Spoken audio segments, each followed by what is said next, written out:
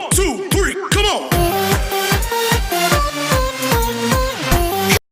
Welcome to Educative. Hello everyone, welcome to my YouTube channel जिसका नाम है educative. और आज हम पढ़ेंगे क्लास 6 की साइंस का chapter 9 the living organism characteristics and habitat, यानी कि सजीव, उनकी विशेषताएं और उनके आवास के बारे में। बच्चों, इस चैप्टर के कुछ पार्ट को हम अपने एक और वीडियो में कवर कर चुके हैं। अगर आपने वो वीडियो नहीं देखी है तो उस वीडियो का लिंक आपको ऊपर आई बटन में मिल जाएगा, वहाँ से आप उस वीडियो को भी ज़रूर देख लीजिए, जिससे कि आपको चैप्टर अच्छे से समझ में आ पाए और आप टॉपिक को ठीक से समझ सकें। तो चलिए बिना किसी देरी के चैप्टर शुरू करते हैं।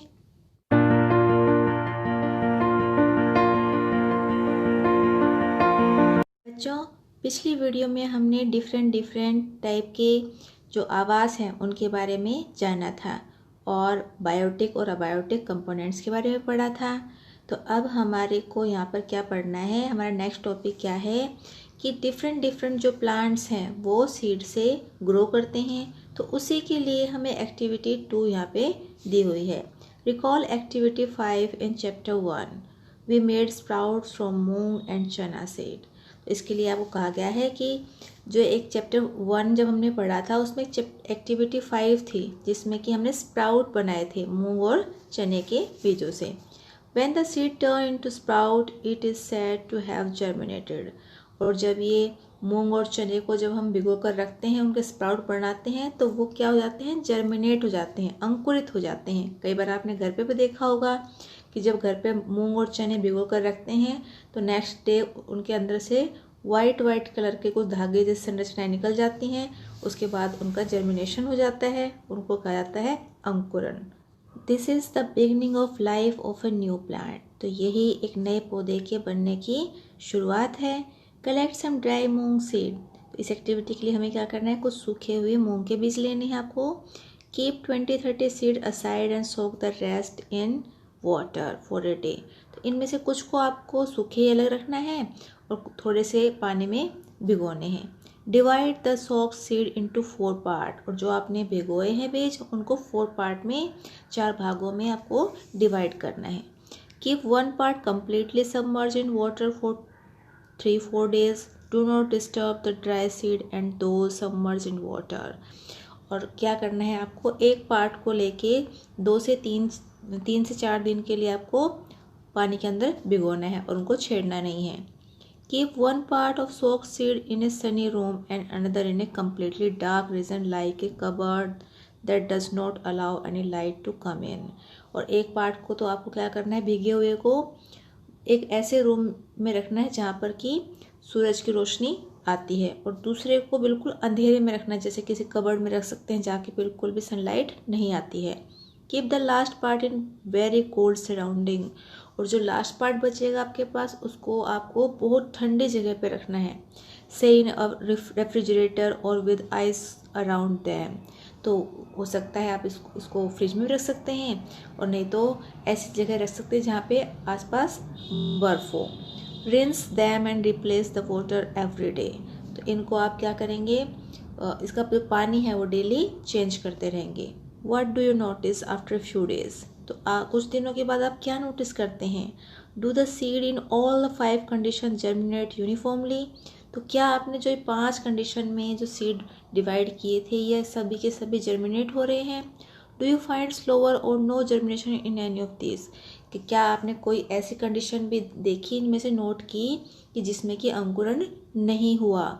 Do you realize that abiotic factors like air, water, light and heat are important for the growth of plant? तो क्या आपको रियलाइज़ हुआ यहाँ पर कि आपको समझ में आया कि जो अबायोटिक फैक्टर्स हैं, जो अजैविक जो घटक हैं, वो भी इस ग्रोथ के लिए, प्लांट की ग्रोथ के लिए ज़रूरी होते हैं, इम्पोर्टेंट होते हैं। In fact abiotic factors are important for all living organism. यहाँ तक कि जो अबायोटिक फैक्टर्स हैं, जो अजैवीय फैक्टर्स हैं, वो सभी लिविंग ऑर्गेनिज्म के लिए बहुत ज़्यादा इम्पोर्टेंट होते हैं। We find that organism exist in very cold as well as very hot climate, isn't it. तो हमने यहाँ देखा कि चाहे बहुत ठंडी क्लाइमेट हो या बहुत गर्म क्लाइमेट हो, सभी में ही जीव एग्जिस्ट करते हैं। How do they manage to survive? तो वो ऐसे क्लाइमेट में सर्वाइव कैसे करते हैं, वो अनुकूलन कैसे कर पाते हैं? Adaptation is the method by which organism get well adjusted to the climate. तो अडेप्टेशन यानी कि अनुकूलन ही एक ऐसा मेथड है जिसके द्वारा जो जीव हैं वो अपने आप को उस क्लाइमेट में ढाल लेते हैं, जिस भी क्लाइमेट में रहते हैं उसी के अकॉर्डिंग अपने आप को ढाल लेते हैं। Adaptation does not take place in a short time because the abiotic factors of a region also change very slowly. जो अनुकूलन है किसी भी स्थान पे बहुत कम टाइम में नहीं होता, क्योंकि जो अबायोटिक फैक्टर्स हैं किसी भी क्षेत्र के वो धीरे धीरे चेंज होते रहते हैं, उनमें कुछ ना कुछ परिवर्तन होता रहता है। Those organisms which cannot adapt to these changes die and only the adapted ones survive. तो जो भी जीव उन क्लाइमेटिक चेंज को अडेप्ट नहीं कर पाते, एक्सेप्ट नहीं कर पाते, उनके अनुकूल नहीं हो पाते, वो मर जाते हैं, और जो उनके अंदर सर्वाइव करना सीख लेते हैं वही जीवित रहते हैं। Organism adapt to different abiotic factors in different ways. जो जितने भी जीव हैं वो अलग अलग तरीके से जो अबायोटिक फैक्टर उनको अडेप्ट करते हैं। These result in a wide variety of organisms in different habitat। और इसी के कारण ही बहुत सारे तरह के जो जीव हैं वो अलग अलग हैबिटेट में पाए जाते हैं। Let us look at some habitats, understand the abiotic factors and the adaptation of animal in this habitat। तो चलिए कुछ आवासों के बारे में जानते हैं और वहाँ के जो अबायोटिक फैक्टर्स हैं उनके बारे में जानते हैं, और जो एनिमल्स वहाँ रहते हैं उनके अडेप्टेशन के बारे में भी जानते हैं। A journey through different habitat. तो यहाँ पे हमारा जो नेक्स्ट टॉपिक है वो क्या है कि डिफरेंट आवासों की यात्रा। तो सबसे पहले कौन से आवास के बारे में पढ़ेंगे? सम टेरेस्ट्रियल हैबिटेट यानी कुछ स्थलीय आवासों के बारे में, जिसमें सबसे पहला जो हमारा हैबिटेट है वो है डेजर्ट यानी कि रेगिस्तान। We discuss the abiotic factors of the desert and the adaptation in camel. तो हमने यहाँ पहले पढ़ा भी था कि जो एक रेगिस्तान होता है वहाँ के अबायोटिक फैक्टर्स क्या होते हैं, और वहाँ पे जो कैमल होता है वो अपने आप को कैसे अनुकूल कर लेता है उसके अकॉर्डिंग, क्लाइमेट के according. What about other animal and plant that are found in desert. तो कैमल के अलावा जो और प्लांट और एनिमल रहते हैं डेजर्ट में वो कैसे अब सर्वाइव कर पाते होंगे वहाँ पर? Do they have the same kind of adaptations. तो क्या उनमें भी कैमल की तरह ही अनुकूलन करने की क्षमता होती है, उसी तरह से वो अपने आप को वहाँ पे सर्वाइव कर पाते हैं? There are desert animal like rats and snake which do not have long legs that a camel has. तो जो रेगिस्तान होता है, डेजर्ट होता है, वहाँ पे कुछ रैट्स भी रहते हैं, स्नेक भी रहते हैं, और ऐसे बहुत से एनिमल्स भी रहते हैं जिनमें कैमल की तरह लॉन्ग लेग नहीं होते, लेकिन फिर भी वो रहते हैं। To stay away from the intense heat during the day they stay in burrows deep in the sand. तो वो अपने आप को इस गर्म धूप से, गर्मी से बचाने के लिए वो किस में रहते हैं? नीचे होल बनाकर रहते हैं। These animals come out only during the night when it is cooler।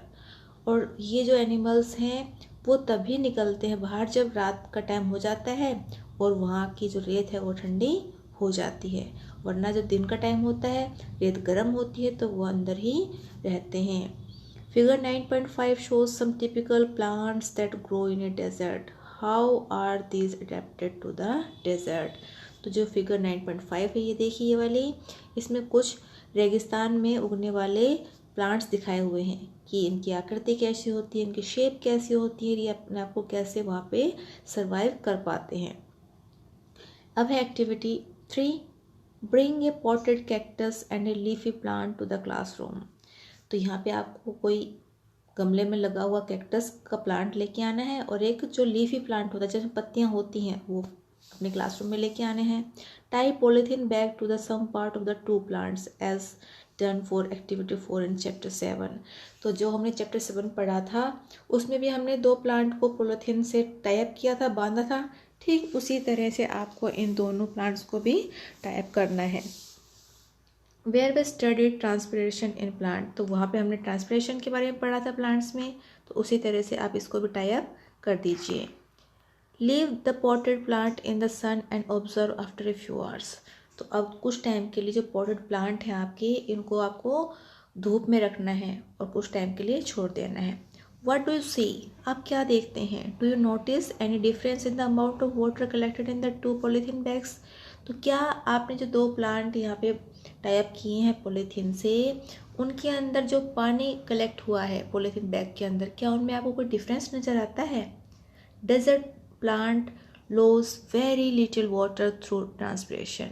तो जो ये रेगिस्तान वाले जो प्लांट होते हैं, ये बहुत कम मात्रा में पानी को वाष्पित करते हैं। The leaves in desert plants are either absent, very small, और they are in the form of spines. तो जो डेजर्ट वाले प्लांट होते हैं, रेगिस्तान वाले जो पौधे होते हैं, उनकी जो लीव्स होती हैं, पत्तियां होती हैं, या तो बहुत छोटी होती हैं, पतली होती हैं, या होती नहीं है, बिल्कुल कांटों की फॉर्म में होती हैं। जैसे कि आपको ऊपर ये दिखाई दे रही है, बिल्कुल कांटों की तरह होती हैं। This help in reduce loss of water from the leaves through transpiration. और जो इसकी हेल्प करती हैं किसी प्लांट को कि उनके जो ट्रांसपिरेशन है पानी का वो कम मात्रा में हो। The leaf like structure you see in cactus is in fact its stem.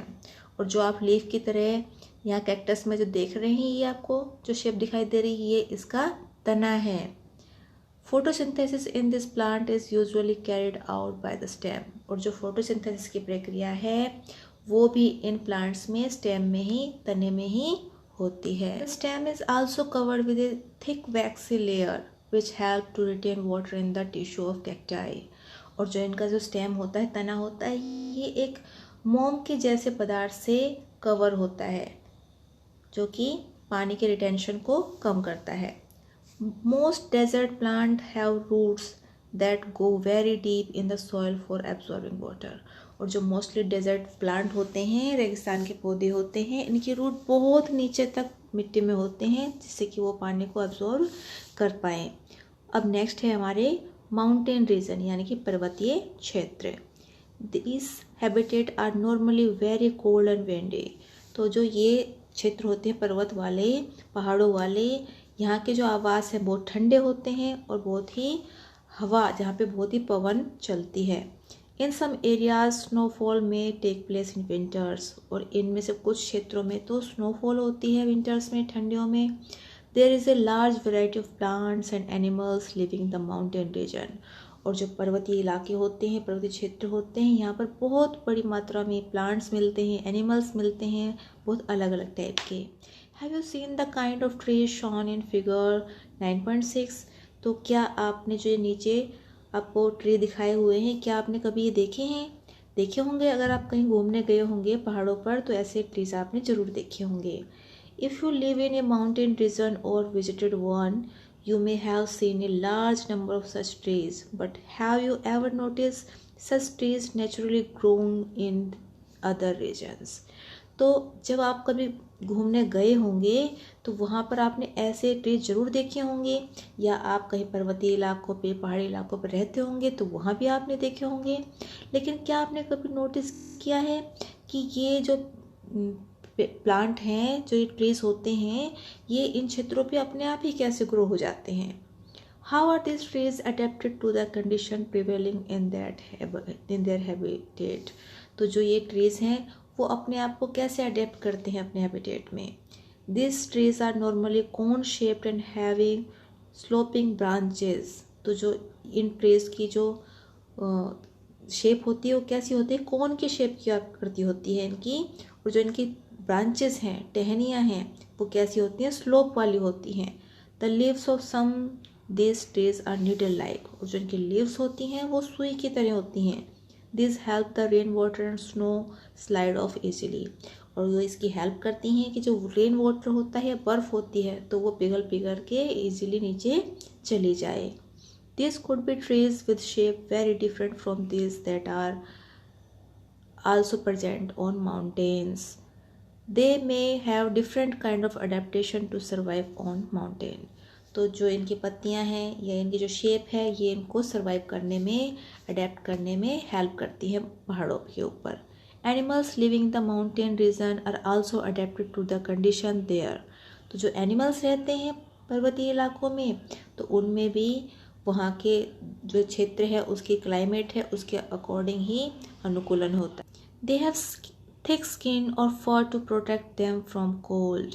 जो उनकी स्किन होती है वो काफ़ी थिक होती है और उनके ऊपर फर होते हैं, बाल होते हैं उनको ठंड से बचाने के लिए। For example yak have long hair to keep them warm. और यहाँ पर उदाहरण के लिए आपको बताया भी हुआ है कि जो याक होता है जो पर्वतीय इलाकों में मिलता है उसके ऊपर लंबे लंबे बाल होते हैं जो कि उसको गर्म रखता है। Snow leopard has thick fur on its body. और जो ये बर्फीला जो लेपर्ड होता है बर्फ़ में रहने वाला, इसकी जो स्किन होती है इसके ऊपर भी फर होते हैं जो कि इसकी बॉडी को गर्म रखते हैं। Including feet and toes. और यहाँ तक कि इसकी जो पैर हैं उसके टोज है यहाँ पर भी बाल होते हैं। This protect its feet from the cold when it walk on the snow. जो कि इसके पैरों को बचाते हैं ठंड से जब वो स्नो पर बर्फ पर चलता है। The mountain goat has strong hooves for running up the rocky slopes of the mountain.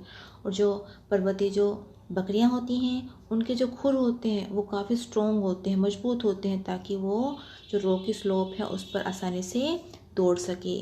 As we go up in the mountainous region, the surrounding change and we see different kind of adaptation at different heights. और जैसे जैसे हम ऊपर चलते जाएंगे mountainous region पे, पर्वतीय क्षेत्रों पे, तो वहाँ पर हमें बहुत से ऐसे चेंजेस मिलते जाएंगे जिनके अकॉर्डिंग वहाँ पे रहने वाले जो जीव जंतु हैं, पेड़ पौधे हैं, उन्होंने अपने आप को उसके अनुकूल बनाया हुआ है। अब नेक्स्ट टॉपिक हमारा ग्रासलैंड यानी कि घास के मैदान। A lion lives in a forest or a grassland and is a strong animal that can hunt and kill animal like deer. जो एक लायन होता है, शेर होता है, वो एक फॉरेस्ट में रहता है या एक ग्रासलैंड में रहता है जो कि काफ़ी स्ट्रॉन्ग होता है और दूसरे एनिमल का शिकार भी करता है। It is light brown in colour. और इसका कलर तो आप जानते ही होंगे कैसा होता है, लाइट ब्राउन कलर का होता है। देखिए नीचे फिगर में भी दिखाया हुआ है। Look at the picture of the lion and that of a deer. और यहाँ पे आपको एक पिक्चर भी दिखाई हुई है, ऊपर लायन की दिखाई हुई है और नीचे हिरन की दिखाई गई है। How are the eyes placed in the face for these two animals. तो जो इनके आगे की जो आँखें हैं वो कैसी होती हैं, देखिए आप ध्यान से। Are they are in front of on the side of the face. तो क्या ये बिल्कुल सामने हैं इनके या फेस के साइड में हैं। Lions have long claws on their front leg that can be withdrawn inside the toes. तो जो lion के बड़े बड़े पंजे होते हैं। Do the features of a lion help in any way of survive? तो जो इसके जो फीचर्स हैं, विशेषताएं हैं लायन की, या इसको सर्वाइव करने में इनकी हेल्प करती हैं। It is light brown color help to hide in dry grassland when it hunt for prey. तो जो इसका कलर है लाइट ब्राउन वो इसको हेल्प करता है कि ये जो सूखे घास के मैदान होते हैं ये अपने आप को इसमें छुपा सके और अपने शिकार को पकड़ सके। The eyes in front of the face allow it to have a correct idea about the location of its prey. और जो इसकी आँखें होती हैं ये फेस के फ्रंट साइड में होती हैं जो कि इसको बिल्कुल सही आइडिया देती हैं उसके शिकार के बारे में। A deer is another animal that live in forest and grassland. और इसी तरह एक एनिमल और है जो कि घास के मैदानों में और जंगल में रहता है, वो है हिरन। It has strong teeth for chewing hard plant stem of the forest. इसके जो टीथ होते हैं वो काफ़ी स्ट्रॉन्ग होते हैं ताकि जो ये प्लांट की जो स्टेम होती है, तना होती है, उसको खा सके। और deer need to know about the presence of predators in order to run away from them and not become their prey. और क्योंकि जो हिरन होता है उसको जो शेर है उससे बच के भागना होता है। It has long ears to hear movement of predators. तो इसलिए इसके जो बड़े बड़े कान होते हैं ताकि ये दूर से ही किसी के आने की आवाज़ को सुन ले। The eyes on the side of its head allow it to look in all direction for danger. और जो इसकी आँखें होती हैं वो इसके फेस के दोनों साइड में होती हैं ताकि ये सभी डायरेक्शन में से आने वाले खतरे को देख ले, पहचान ले। The speed of the deer help them to run away from the predators. और जो इसकी स्पीड होती है भागने की वो भी इसको अपने जो शिकार आ रहा है इसको खाने के लिए उससे बचने में काफ़ी हेल्प करती है। There are many other features of a lion or deer or other animals and plants that help them to survive in their habitat. तो इसी तरह से बहुत सारी विशेषताएं होती हैं, ऐसे ही बहुत सारे और एनिमल्स की, प्लांट की, जो कि उनको उनके आवास में रहने के लिए, सर्वाइव करने के लिए हेल्प करती है. सम एक्वेटिक हैबिटेट, तो हम यहाँ पे कुछ जलीय आवास के बारे में पढ़ेंगे. जैसे कि पहला हमारा टॉपिक है ओशन. तो ओशन के बारे में देखते हैं. We already discuss how fish are adapted to live in a सी.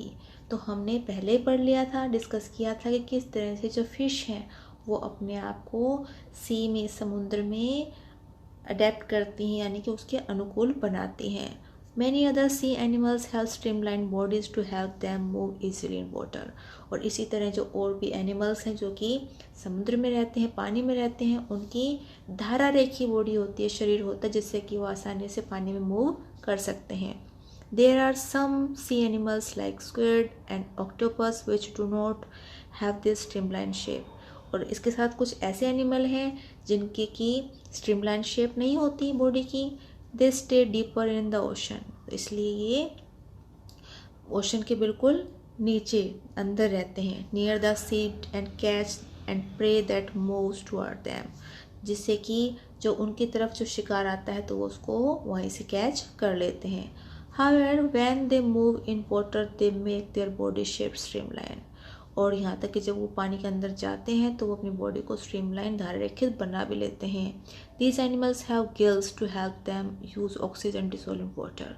और इन एनिमल्स में गिल्स होते हैं जो कि जो पानी में ऑक्सीजन घुली होती है उसको अंदर लेने में, सांस लेने में उसकी हेल्प करते हैं. There are some sea animals like dolphins and whales that do not have gills. तो कुछ ऐसे एनिमल्स भी हैं जिनके गिल्स नहीं होते, जैसे कि डॉल्फिन है या वेल्स है. They breathe in air through nostrils that have located on the upper part of their head. तो वो अपने नोस्ट्रिल्स से ही सांस लेती हैं जो कि उनके हेड के ऊपर वाले पार्ट में स्थित होते हैं. This allow them to breathe in air when they swim near the surface of water. और जब ये जो वेल्स हैं या डॉल्फिन है ये पानी के सरफेस के पास होती हैं तो इसको सांस लेने में इनकी हेल्प करती हैं. They can stay inside the water for a long time without breathing. और ये बहुत लंबे टाइम तक बिना सांस लिए ही पानी में रह सकती हैं. They come out to the surface from time to time to breathe in air. और ये बार बार में जब अंदर रहती हैं तो बाहर भी पानी के सरफेस पे भी आती रहती है जिससे कि वो सांस ले सकें. Did you ever see this interesting activity dolphin in television program or film or ocean life? तो क्या आपने कभी डॉल्फिन की जो एक्टिविटीज़ हैं ये आपने कभी टीवी पे या किसी मूवी में देखी हैं? अगर किसी बच्चे ने देखा है टीवी पे डॉल्फिन को बार बार ऊपर आते हुए, नीचे जाते हुए पानी में, तो मुझे ज़रूर बताइए किस किस बच्चे ने देखा है, कमेंट बॉक्स में कमेंट करके. अब नेक्स्ट टॉपिक है हमारा पोन्ड्स एंड लेक्स. पोन्ड्स यानी कि तालाब और लेक्स यानी कि झीलें. Have you seen plants growing in pond, lake, river and even some drains? तो क्या आपने कुछ पौधों को उगते देखा है तालाबों में, झीलों में या नदियों में? Go on a field trip to a nearby pond if possible and try to observe the kind of plants that are seen there. और आपने नहीं देखा है तो जाइए बाहर घूमने के लिए, किसी फील्ड में जाइए, किसी पॉन्ड में जाइए और पॉसिबल हो तो कुछ ऐसे प्लांट को ऑब्जर्व कीजिए और वहाँ पर उनको देखिए. Observe the leaves, stem, root of this plant. तो उन प्लांट्स की लीव्स देखिए कैसी हैं, उनका तना कैसा है, उनकी जड़ें कैसी है, उसको ऑब्जर्व कीजिए. Some of this plant have their roots fix in the soil below the water. तो इनमें से कुछ प्लांट की जो लीव्स हैं वो आपको सॉइल के नीचे दिखाई देंगी. ये देखिए इस तरह से. In terrestrial plant, roots normally play a very important role in absorption of nutrients and water from the soil. तो आप जो स्थलीय जो पौधे होते हैं उनकी जो रूट्स होती हैं वो एक बहुत महत्वपूर्ण भूमिका निभाती हैं सॉइल से वाटर को और न्यूट्रिएंट्स को एब्जॉर्ब करने में, अवशोषित करने में. However, in aquatic plants, roots are much reduced in size and their main function is to hold the plant in a place. और जो जलीय प्लांट पौधे होते हैं उनकी जो रूट्स होती हैं वो रिड्यूस हो जाती हैं, कम हो जाती हैं साइज़ में, और उनका जो मेन फंक्शन होता है, मुख्य काम क्या होता है, प्लांट को उस प्लेस पर होल्ड करके रखना। The stem of this plant are too long, hollow and light. और जो इनकी तना होता है वो काफ़ी लंबा होता है, खोखला होता है और लाइट होता है। The steam grow up the surface of water. और जो इनका तना होता है वो पानी की सरफेस के ऊपर ग्रो होता है, जबकि इनकी जो लीव्स हैं, फ्लावर्स हैं, और वो पानी की सरफेस के ऊपर फ्लोट करते हैं। Some aquatic plants are submerged in water, all part of such plants are under water. कुछ जलीय पौधे ऐसे हैं जो कि पानी में ही डूबे रहते हैं, उनके अधिकतर पार्ट पानी के अंदर होते हैं। Some of this plant have narrow and thin ribbon like leaves. और इनमें से कुछ प्लांट ऐसे होते हैं जिनकी लीव्स रिबन की तरह पतली होती हैं, बिल्कुल। This can bend in the flowering water. और ये बेंड भी हो जाती हैं। इन submerged plant, leaves are often highly divided through which the water can easily flow without damaging them. और जो इनकी जो पत्तियां होती हैं वो भी अलग अलग डिवाइड हुई होती हैं ताकि इनके अंदर से पानी होकर आराम से गुजर जाए। Frogs usually live in ponds. जो मेंढक होता है वो भी कहाँ रहता है, अक्सर पानी में रहता है। Frogs can stay both inside the water as well as move on land. जो फ्रॉग होता है, मेंढक होता है, वो पानी में भी रहता है और लैंड पे भी मूव कर सकता है। They have strong back leg and that help them in leaping and catching there pray. जो उसके जो बैक वाले जो लेग्स होते हैं वो काफ़ी स्ट्रॉन्ग होते हैं ताकि वो अपने शिकार को पकड़ सकें। They have a webbed feet which help in swim in water. और जो उसके पैर होते हैं उन इस तरह के होते हैं जालीदार, जिससे कि वो पानी में स्विम कर सके, तैर सके। We have discussed only a few common animals and plants compared to the wide variety that live in different habitat. तो हमने यहाँ कुछ कॉमन से एनिमल और प्लांट को कंपेयर किया, उनके बारे में पढ़ा, जो कि बहुत बड़ी जो हमारी हैबिटेट है उससे बिलोंग करते हैं। You may have also noticed in very wide variety in plants around you when you prepared a herbarium as part of the suggested activity in chapter 7. तो आप देखेंगे कि आपके चारों ओर बहुत सारे ऐसे प्लांट्स हैं, उनकी वैरायटी हैं जो आप अपने चारों तरफ देखते हैं। Imagine the kind of variety that you could see in herbarium of leaves of plants from all region of the earth. तो यहाँ पे आप कल्पना कर सकते हैं कि किस तरह से अगर हम एक एल्बम तैयार करें पूरी अर्थ के जो प्लांट हैं उनकी लीव्स को इकट्ठा करके, तो वो कैसा सुंदर नज़ारा होगा, हमारे लिए कैसा प्रतीत होगा कि अलग अलग तरह की लीव्स हों वहाँ उस एल्बम के अंदर, तो कितनी ही सुंदर लगेगी। तो बच्चों, ये था हमारा बहुत ही इंटरेस्टिंग चैप्टर जो कि कंटिन्यू रहेगा हमारी नेक्स्ट वीडियो में। अगर आपको वीडियो अच्छी लगी है, टॉपिक समझ आ रहा है और पढ़ने में मज़ा आ रहा है, तो वीडियो को लाइक ज़रूर कीजिए और अपने जैसे सभी फ्रेंड्स का शेयर भी ज़रूर कर लीजिए, तभी तो आपका एक अच्छा ग्रुप बन पाएगा पढ़ने वाले बच्चों का। और अगर आप चैनल पर नए हैं तो जल्दी जल्दी से चैनल को सब्सक्राइब कर लीजिए और अपने फ्रेंड्स को भी ज़रूर सब्सक्राइब करने के लिए बोलिए। और हाँ, जो बेल आइकन आता है उसको प्रेस ज़रूर कर लीजिए, तभी तो आपको हमारी सभी आने वाली वीडियोस टाइम पर मिलती रहेंगी और आपका कोई भी टॉपिक मिस नहीं होगा। तो बच्चों, अपने नेक्स्ट टॉपिक को कवर करेंगे हम अपनी नेक्स्ट वीडियो में। तो तब तक के लिए फिर से एक बार यही कहूँगी, घर पे रहिए, सेफ रहिए, मगर पढ़ते ज़रूर रहिए। Thank you for watching my video. 1 2 3